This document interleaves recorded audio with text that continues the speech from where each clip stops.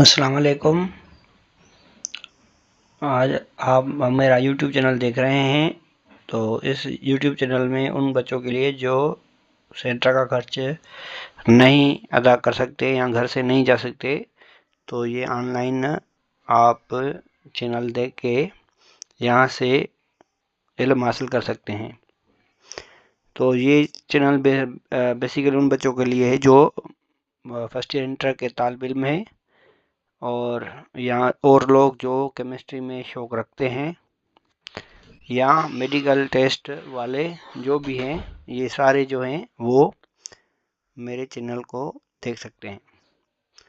तो आज की हमारी टॉपिक है क्रिस्टल लैटिस।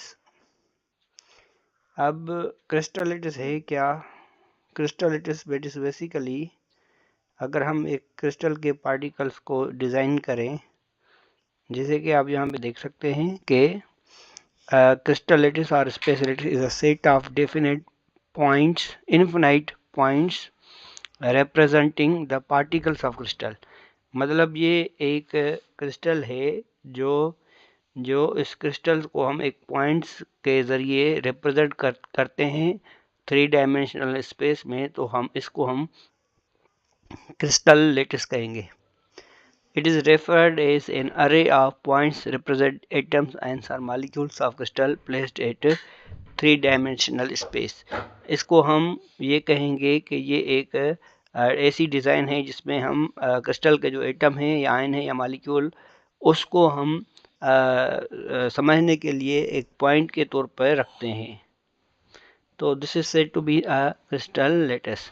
उसके अलावा यूनिट सेल है। अब यूनिट सेल क्या है कि कोई भी क्रिस्टल है जो उसका छोटा छोटा जो खाना है उसको हम यूनिट सेल कहेंगे। The smallest structural part of crystal lattice is known as unit cell. It shows the 3D pattern of a specific crystal lattice in a least volume and provides us detailed structural information of crystalline solid। अब यहाँ पे आप देख सकते हैं इसकी definition कि crystal lattice जो है the smallest repeating pattern from which the lattice is built is known as unit cell. अब एक यूनिट सेल मतलब एक खाना जिससे पूरा रिपीट होके एक बड़ा सा क्रिस्टल बनाए, तो एक खाने को हम यूनिट सेल कहेंगे। उसके अलावा the shape of unit cell is associated with 3 axial distances named as A, B and C and 3 axial angles named as alpha, beta and gamma. अब ये साइड्स जो हैं उसको हम ए बी सी के नाम से रखेंगे और उसके अलावा जो एंगल होंगी इन 3, तो उसको हम अल्फ़ा, बीटा और गामा से रिप्रेजेंट करेंगे। Unit cell of NaCl। अब आपको पता है कि कॉमन साल्ट या टेबल साल्ट जो NaCl है वो उसका जो यूनिट सेल है वो दैट इज कंपोज्ड ऑफ 6, मतलब each sodium ion is surrounded by 6 number of chloride ions and each chloride ion is also surrounded by 6 sodium ions. So this will give a cubic structure of a unit cell। अब यहाँ पे देख सकते हैं ये face है, ये as है, ये कॉर्नर है और ये इसकी पॉइंट पे रिप्रेजेंटेशन है। उसके अलावा यहाँ पे टोटल क्लोराइड आयन डिटर्मिनेशन है, क्योंकि यहाँ पे दिखाया गया है कि क्लोराइड आयन जो हैं वो 8 क्लोराइड आयन जो हैं वो राइट साइड कॉर्नर पे हैं, while 6 क्लोराइड आयन जो हैं centre of its 6 faces. On the basis of this information, one we can determine the number of chlorides in each unit cell of chloride। So each unit cell में कितने chloride होंगे वो हम बता सकते हैं। Since each chloride ion at the center is shared between 8 outer unit cell, thus its share to each unit cell should be 1/8। therefore तो ये जो है number of chloride ion at the corner of one unit cell is equal to 1 और number of chloride in each unit cell will be equal to 3। Total number of unit cell जो होंगे chloride में, unit cell में chloride जो होंगे वो 4 होंगे।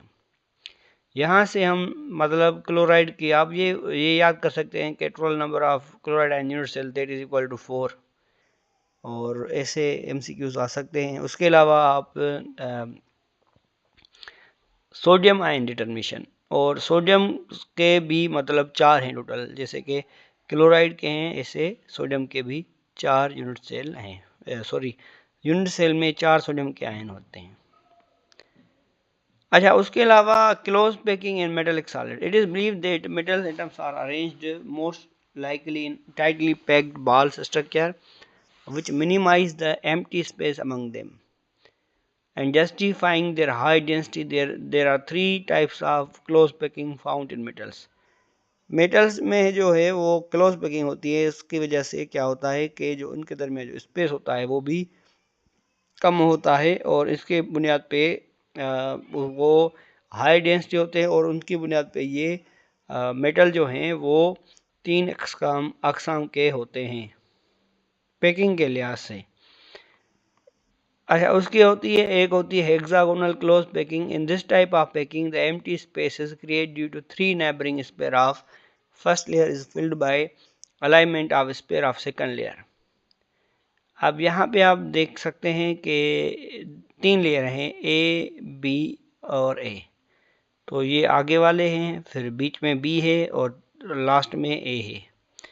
Again, this other one pattern that is said to be ABC pattern, which A पहले वाले, बीच में B, फिर C। तो एक है हेक्सागोनल, जो A है वो हेक्सागोनल क्लोज पैकिंग है, और जो B है that is face centred cubic close packing है।